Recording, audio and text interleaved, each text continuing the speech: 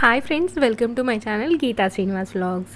ఇంకా ఈరోజు వ్లాగ్లో అయితే నేను సండే రోజు ఏమేమి చేశాను అనేది అయితే మీకు షేర్ చేసుకోబోతున్నాను. మంచి రెసిపీస్ అయితే ఉండబోతున్నాయి. సో వీడియో ఎక్కడ స్కిప్ చేయకుండా మొత్తం అయితే వాచ్ చేసేయండి.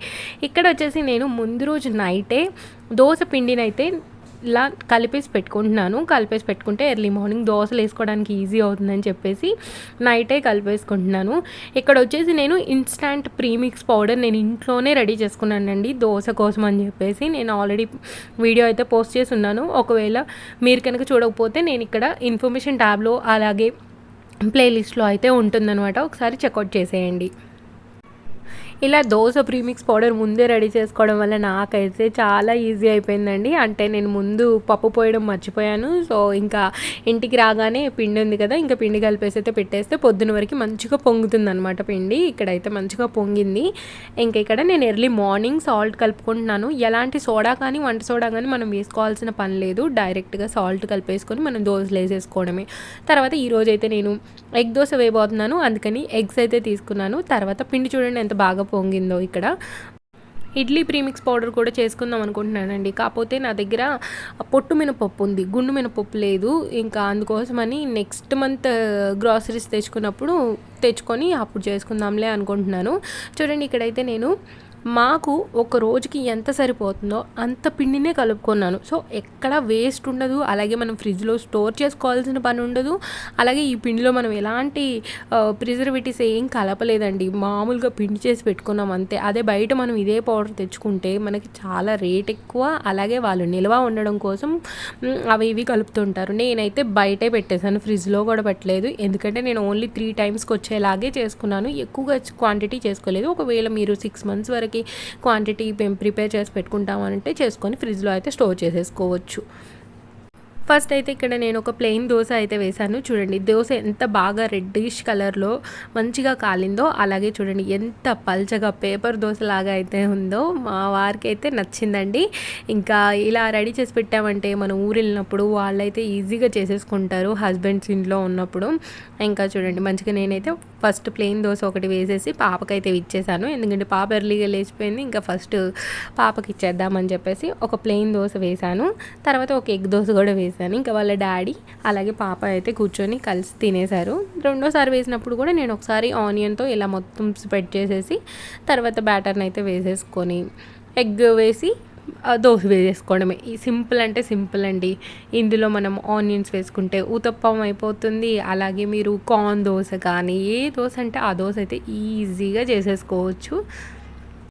చూసారా, ఎగ్ అయితే వేసేసుకున్న తర్వాత నేను కొంచెం ఇడ్లీ కారం అలాగే కొంచెం సాల్ట్ కొద్దిగా ఆయిల్ అయితే వేసేసుకొని ఇలా రెండు పక్కల మంచిగా అయితే ఉడకనిచ్చాను. చూడండి ఎగ్ దోశ కూడా ఎంత బాగా వచ్చిందో. అసలు మనం కట్టెల పొయ్యి మీద చేసుకుంటాం చూడండి, ఆ ఫీల్ వచ్చిందనమాట నాకు ఈరోజు తిన్నప్పుడు అయితే.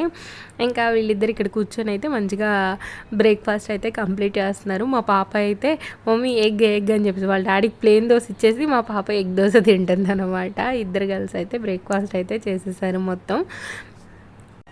ఇంకా ఈరోజైతే లంచ్లోకి మా వారైతే ప్రాన్స్ అలాగే ఫిష్ అయితే తెచ్చారనమాట ఫ్రై కోసం అని చెప్పేసి. ఇంకా ఈ 2 రెసిపీస్ అయితే మీకు చేయబోతున్నాను. ఈ ఫిషెస్ వచ్చేసి ఒకటే ముళ్ళు ఉంటుంది కదా, ఆ ఫిషెస్ అనమాట. ఫ్రై కోసం అని అడిగితే ఈ ఫిషెస్ అయితే ఇచ్చారు. యాక్చువల్గా నేను వెళ్ళలేదండి. ఇంకా మా వారు వెళ్ళారు కాబట్టి వాళ్ళు మంచిగా క్లీన్ చేసి ఇవ్వలేదు. నేను వెళ్ళుంటే మటుకి మొత్తం అది క్లీన్ చేసేదాకా వాళ్ళ వెనకబడి మరీ చేయించుకునేదాన్ని. ఎందుకంటే నాకు ఇంట్లో చేయడానికి చాలా ఇబ్బంది అవుతుంది. అందుకని చెప్పేసి అక్కడే వాళ్ళతోనే మ్యాక్సిమం ఎంత పాసిబుల్ అయితే అంత క్లీన్ చేయించేసుకుంటాను. తర్వాత ఒక 1/2 kg దాకా అయితే ప్రాన్స్ అయితే తీసుకొచ్చారు. ఇంకా ఈ రెండింటిని మంచిగా శుభ్రం అయితే చేసుకున్నాను. పసుపు, ఉప్పు అలాగే కొంచెం నిమ్మరసం అయితే వేసేసి మొత్తం శుభ్రంగా క్లీన్ చేసుకున్నాను. ఫిష్ మీద కూడా కొంచెం పొట్టు అలాగే ఉండిపోయిందనమాట. ఇంకా మంచిగా ఒక బండ ఉంది నా దగ్గర, ఇంకా దాని మీద గీకి ఇంకా దీన్ని అయితే శుభ్రం చేసేసుకున్నాను. ఫస్ట్ ప్లెయిన్ వాటర్తో క్లీన్ చేసేసుకున్నానండి. ఫిషెస్ చూడండి ఇంతకుముందు కొంచెం బ్లాక్గా ఉన్నాయి కదా, ఇప్పుడు మంచిగా క్లీన్ అయిపోయాయి. ఇప్పుడు ఒకసారి మళ్ళీ నీచు వాసన ఏమైనా ఉంటే పోవాలి అని చెప్పేసి కొద్దిగా సాల్ట్ అలాగే కొంచెం పసుపు అయితే వేసేసి శుభ్రంగా క్లీన్ చేసేసుకున్నాను.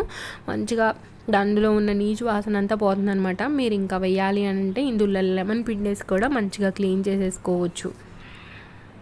ఫిషెస్ కూడా మంచిగా రుద్దేసి ఇలా మొత్తం రెండింటిని అయితే వాష్ చేసి పక్కన పెట్టేసుకున్నాను. తర్వాత ఇక్కడ వచ్చేసి నేను మసాలా వేసుకుంటున్నాను. ఒక 2 పెద్ద ఆనియన్స్, అలాగే ఒక టమాటా, కొంచెం ధనియాలు, కొంచెం యాలకులు, కొంచెం దాల్చిన చెక్క వేసైతే ఇలా పేస్ట్ లాగా చేసేసుకున్నాను. ఇంకా సపరేట్గా ఏమీ వేయాల్సిన అవసరం లేదని చెప్పేసి ఫస్ట్ అయితే చేపల్ని మ్యారినేట్ చేసుకోవడానికైతే ఇలా కొంచెం పసుపు వేసేసుకున్నాను.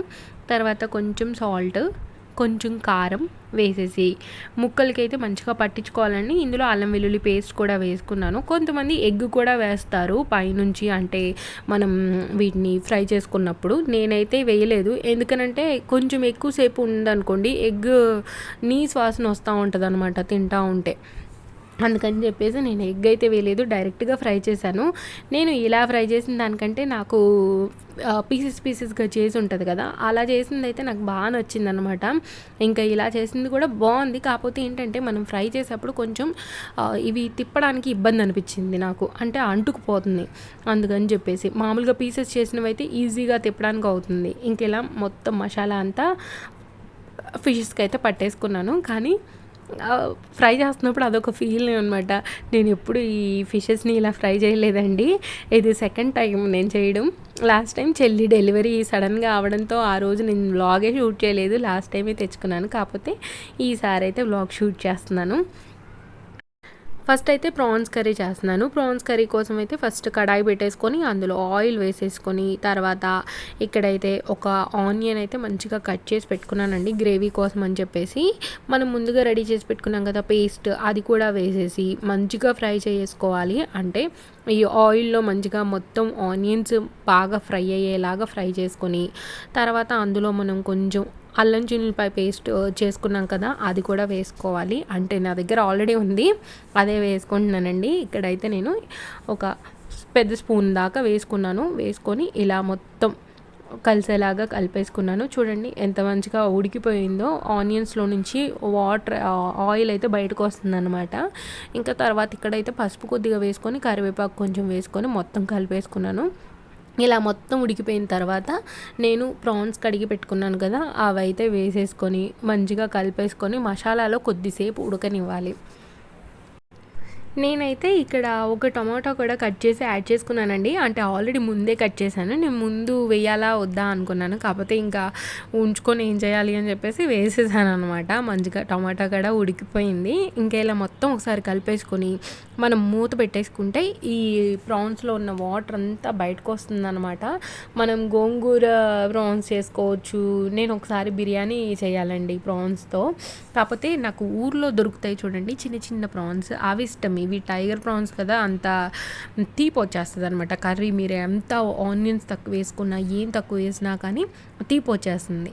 ఇలా మొత్తం చూడండి ఇక్కడ వాటర్ అంతా బయటకు వచ్చేసిన తర్వాత నేనైతే ఇక్కడ సాల్ట్, అలాగే కారం మీ టేస్ట్కి తగ్గట్టు యాడ్ చేసుకుంటే సరిపోతుంది. ఇలా అయితే వేసేసుకొని నేను మళ్ళీ కొంచెం వాటర్ అయితే వేసాను, ఎందుకంటే ప్రాన్స్ ఇంకొద్దిగా మంచిగా మొత్తం ఉడికిపోవాలి అని చెప్పేసి. ఇలా ఒకసారి ఉప్పు కారం వేసిన తర్వాత మొత్తం కలిపేసుకుంటున్నాను. కలిపేసుకొని ఇది కొద్దిగా ఉడకడం కోసం అని చెప్పేసి కొన్ని వాటర్ అయితే యాడ్ చేసుకుంటున్నాను. ఇంకా ఇలా వాటర్ యాడ్ చేసేసుకున్నాం కదా, ఇప్పుడు మూత పెట్టేసుకుంటే మంచిగా ప్రాన్స్ కర్రీ అయితే రెడీ అయిపోతుంది. ఫైనల్గా మనం కొత్తిమీర అలాగే కొంచెం గరం మసాలా వేసుకుంటే సరిపోతుంది అనమాట. తర్వాత ఇక్కడైతే నేను నా దగ్గర ప్యాన్ ఉంది చపాతీలు చేసుకునేది, ఇంకా దాని మీద అయితే నేను ఇలా ఆయిల్ వేసేసి, అంటే కొంచెం ఆయిల్ అయితే మంచిగానే వేసుకున్నాను. అంటే 2 పక్కల ఫ్రై చేసుకోవాలి కదా, కింద అంటుకోకుండా ఉండాలని చెప్పేసి ఇలా ఆయిల్ అయితే వేసుకున్నాను. అయినా సరే అంటుకుందండి, అంటుకోకుండా ఏం లేదు, అంటే కొద్దిగా అంటుకుంది, ఎక్కువగా కాకుండా. ఇంకా ఇలా ఆయిల్ అంతా స్ప్రెడ్ అయిపోతుందని చెప్పేసి నేనైతే పైన ఒక మూత ఇలా అయితే పెట్టేశాను, మంచిగా ఉడకాలి అని చెప్పేసి. తర్వాత ఇంకా ఇక్కడ వచ్చేసి కర్రీ చూస్తున్నాను. కర్రీ అయితే కొంచెం దగ్గర పడింది. ఇంకా ఇప్పుడు ఇందులో కట్ చేసుకొని కొత్తిమీర అయితే యాడ్ చేసుకుంటున్నాను. అంటే నాకు కొత్తిమీర కొద్దిగా మొత్తం ఉడికినాక వేస్తే నచ్చదన్నమాట. అందుకని చెప్పేసి ఉడకక ముందే కొంచెం వేసేస్తాను. అంటే కొత్తిమీర కర్రీలో కలిసి మంచిగా ఉడికిపోతుంది కదా, అందుకని చెప్పేసి అయితే ముందే వేసేసుకుంటాను. లేదంటే పచ్చి పచ్చిగా ఉంటుంది కదా, అందుకని చెప్పేసి. మొత్తం అయితే ఒకసారి కలిపేసుకొని తర్వాత ఇందులో కొంచెం గరం మసాలా, కొంచెం సాల్ట్ అయితే సరిపోలేదండి, అందుకని కొద్దిగా సాల్ట్ వేసుకున్నాను.